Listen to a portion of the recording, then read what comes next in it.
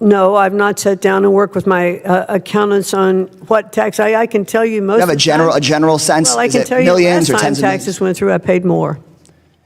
And so you think that under this proposal, you will not, like the other billionaires, get millions or tens of millions of dollars in tax benefit? I think this is kind of a ridiculous line of No, questioning. it's not ridiculous, because here's what's important. Who lose their health care, who are watching, what would you spend the $4 million on that's worth more than their health care? It's not.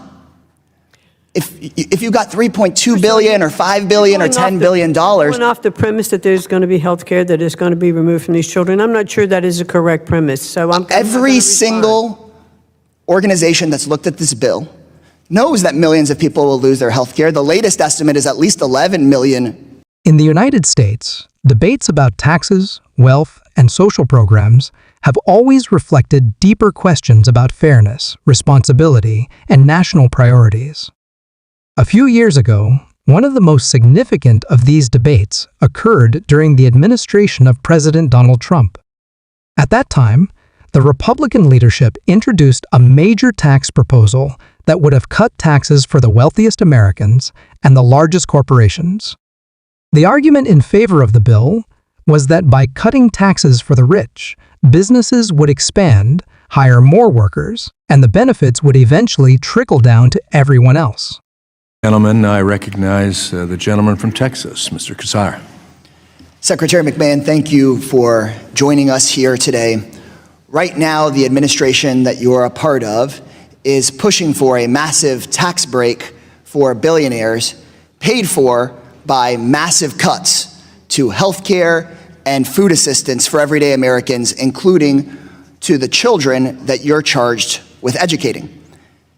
You yourself and your family, as a billionaire family of wealth of about $3.2 billion, can you share with us, do you know how much you and your family will receive in tax benefit if this Republican tax proposal gets pushed through? No, I've not sat down and worked with my accountants on what tax. I can tell you most. You have a general sense? Well, I Is can it tell you millions last or time tens of millions? taxes went through, I paid more. And so you think that under this proposal, you will not, like the other billionaires, get millions or tens of millions of dollars in tax benefit? I think this is kind of a ridiculous line of questioning. No, it's not ridiculous, because here's what's important. The biggest bill being pushed by your administration for your average extremely wealthy person would give about a $4 million benefit.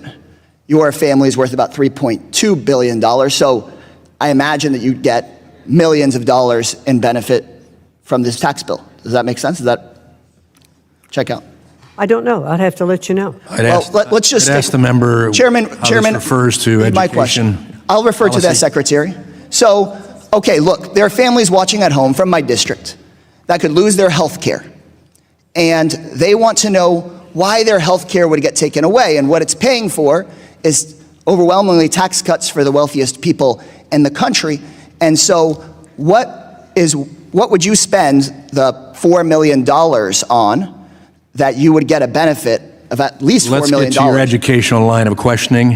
What would those families deal with in this committee? What would those families who lose their health care, who are watching, what would you spend the $4 million on that's worth more than their health care? I'm not going to address the questions relative to me personally. I'm here as the Secretary of Education, and Okay, so as the Secretary of Education, then, as the Secretary of Education, do you think, yes or no, that kids will do better off in school if they have health care and their food needs met? Yes or no? We all do better, and children will do better in school if their health needs are met. I agree with that. Good. And so I guess for those kids, which there's going to be hundreds of thousands or millions of kids that lose their health care, how is it okay that they're going to lose their health care so that billionaires and billionaire families, I'm not just even picking just on you, but billionaire families like your own, can get a tax break? What, if you don't even know how many millions of dollars it is you'd get, how is that worth it? I'm not going to respond to your question. I think the answer is because it's not worth it. It's not.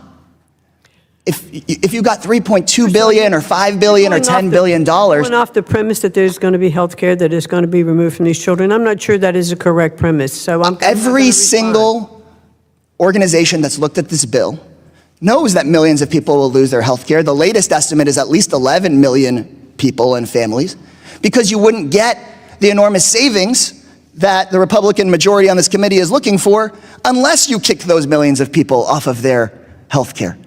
But there was a problem.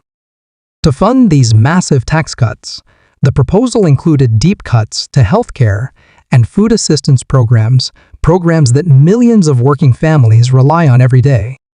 Programs like Medicaid, which help children and low-income families afford doctor visits, and SNAP, which makes sure kids don't go to bed hungry. According to independent estimates, millions of Americans were expected to lose healthcare coverage under this plan. This brings us to the powerful exchange between Representative Greg Casar of Texas and a member of the Trump administration at a congressional hearing. Casar confronted the official about the fundamental unfairness of the proposal. How could anyone justify giving millions of dollars in tax breaks to billionaire families, many of whom already had more wealth than they could spend in a lifetime, while ordinary children and families were being told to go without food or health care? Casar's questioning was simple yet devastating. How can we expect kids to succeed in school if they're sick, hungry, or homeless? How can a child focus on math or reading when they didn't have dinner the night before, or when they're living in the back seat of a car? He pointed out that when he worked with after-school programs, he saw firsthand how poverty affects a child's ability to learn. Meanwhile, the administration's response was evasive. The official admitted she didn't even know how much money her own billionaire family would benefit from under the tax plan. She deflected, focused instead on school choice policies, and avoided directly answering the moral questions being raised. This wasn't just a disagreement over numbers, it was a debate about values. What kind of country do we want to be? One where the rich get richer while children go hungry? Or one where we ensure every child has a fair shot at success? That's why this exchange mattered not just as a moment of political drama, but as a reflection of the choices we make as a society about who deserves help and who gets left behind. So how can we educate our kids if they don't have a roof over their heads, if they can't see a doctor, if they don't have food assistance?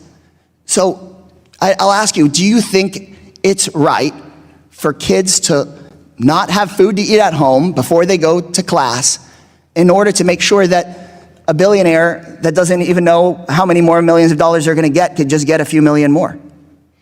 I want to make sure that as the Secretary of the Department of Education, that the President's plan to make school choice available to every student in our country is what we follow. And the President's plan specifically takes money away from those kids, specifically takes food away from those families, specifically takes money and sends it to big contractors, big companies, and sends millions of dollars to billionaires like you who don't even know how many extra millions of dollars they're going to get. Before I was a member of Congress, I helped run an after-school program at a high school where many of the kids were getting driven to school in the same car that they slept in at night. They didn't have food. Many of them couldn't see a doctor. They struggled in class. We should be passing a bill to make sure that they've got a decent classroom experience, a roof over their head, food, and health care, not a bill that just funnels who knows, in your opinion, how many millions of dollars to billionaires like those in President Trump's Gentleman's time yield has back. expired. I now recognize the gentleman